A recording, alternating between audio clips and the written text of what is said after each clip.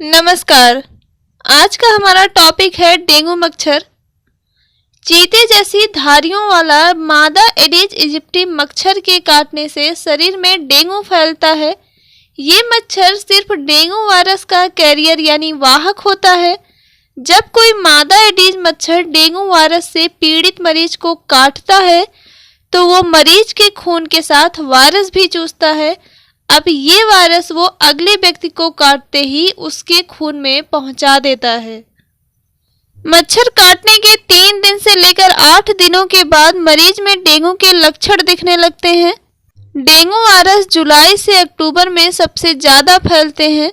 इसकी वजह है कि इस मौसम में मच्छर के पनपने के लिए पूरा माहौल होता है। इस समय बारिश का भी सीजन होता है। ये साफ पानी में भी आसानी से पनप जाते हैं। सबसे खास बात है कि ना ये ज़्यादा ऊंचा उड़ते हैं और ना ही ये रात को किसी को काटते हैं। डेंगू बुखार 3 टाइप के होते हैं। पहला है क्लासिकल या साधारण डेंगू। ये बुखार आसानी से ठीक होते हैं। ऐसे मरीज को इलाज या अपने आप भी ठीक हो जाते हैं। इसमें मरीज को ठंड लगती है, तेज बुखार आ जाता है, सिर, मांसपेशियां, आँखों की पलकों और जोड़ों में दर्द भी रहता है। इसमें चेहरे और शरीर पर लाल गुलाबी रंग के रैशेस भी हो सकते हैं और अगर ऐसी कंडीशन हो तो तुरंत डॉक्टर के पास जाना चाहिए। सेकंड है डेंगू हेमरेजिक बुखार। यह बुखार बेहद खतरनाक होता है। इस बुखार में मरीज के खून में मौजूद प्लेटलेट्स तेजी से गिरती है। इसमें पीड़ित मरीज को तत्काल इलाज की जरूरत होती है। इस बुखार से पीड़ित रोगी में क्लासिकल डेंगू के लक्षण के अलावा नाक और मसूड़ों से खून भी आ सकता है। इसके अलावा स्किन पर गहरे नीले या काले रंग के छोटे छोटे रैशेस भी देखे जा सकते हैं। तीसरा है डेंगू शॉक सिंड्रोम। यह बुखार भी खतरनाक कैटेगरी में आता है।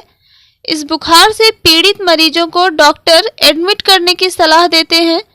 जांच से इनका पता चलता है कि इसमें डेंगू बुखार के सभी लक्षण के साथ शॉक जैसे सिम्टम्स होते हैं, जैसे मरीज बहुत ज़्यादा बेचैन और ब्लड प्रेशर लो हो जाता है।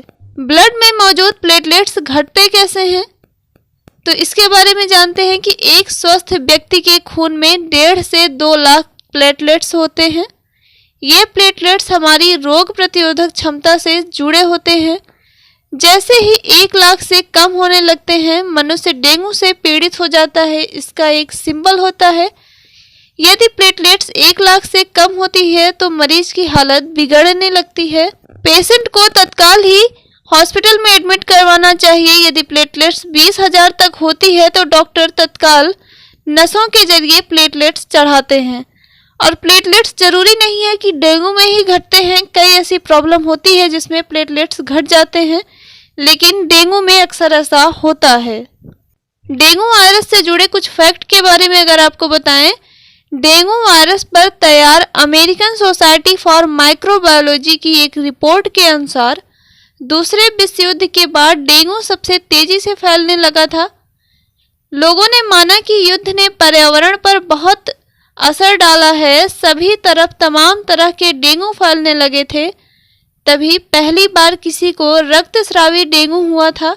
सबसे पहले 1953 में फिलीपींस में बेहद भीषण डेंगू रिपोर्ट किया गया था। 1970 के आते आते रक्तस्रावी डेंगू बुखार बच्चों में मौत की मुख्य वजह बन गया। ये प्रशांत महासागर के देशों के अलावा अमेरिका में भी होने लगा था। डेंगू शॉक सिंड्रोम का मरीज भी मिडिल और साउथ अमेरिका में 1981 में रिपोर्ट हुआ था। एक समय ऐसा था कि डेंगू महामारी का रूप ले चुका था। आशा करती हूँ आपको यह जानकारी पसंद आई होगी। फिर मिलेंगे दोस्तों नेक्स्ट वीडियो में नए टॉपिक के साथ।